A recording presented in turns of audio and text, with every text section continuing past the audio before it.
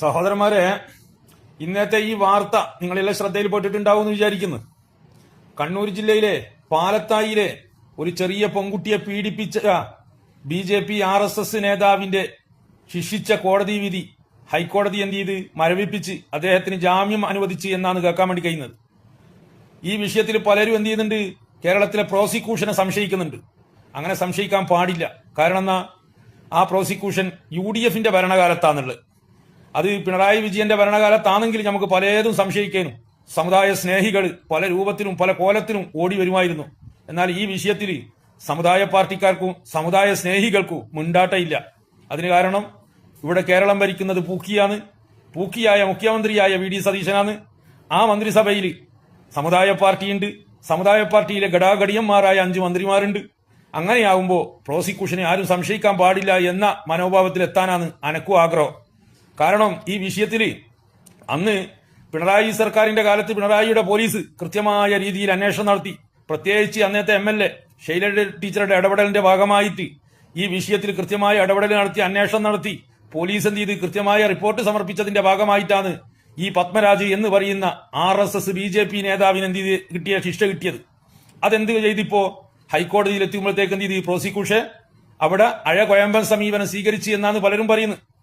ഏതായാലും ഇരിക്കട്ടെ, DGP ആയിട്ട് ഒരു വ്യക്തിയെ കൊണ്ടുവന്നത് നിങ്ങൾക്ക് അറിയാലോ. ഇപ്പോ കേരളത്തിലെ DGP ആയിട്ട് ആരെയാണ് കൊണ്ടുവന്നത്?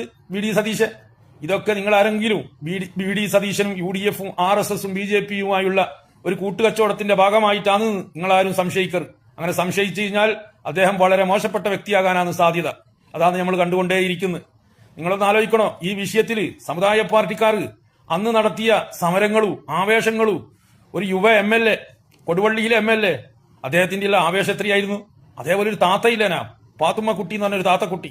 ആ താത്തക്കുട്ടിന്റെ എല്ലാം പ്രസംഗങ്ങളും അതേപോലെ ഫ്ലക്സ് കാർഡ് കൊടുത്തിട്ട് വന്നിട്ട് പൊതുമാധ്യമങ്ങളിൽ പ്രത്യക്ഷപ്പെട്ടതെല്ലാം നമുക്ക് ഓർമ്മയില്ലേ? അതൊന്നും അവരൊന്നും ഇപ്പം കാണാനില്ല. കാരണം എന്നാ, അന്ന് പിണറായി വിജയനാണ് കേരളം ഭരിക്കുന്നത്.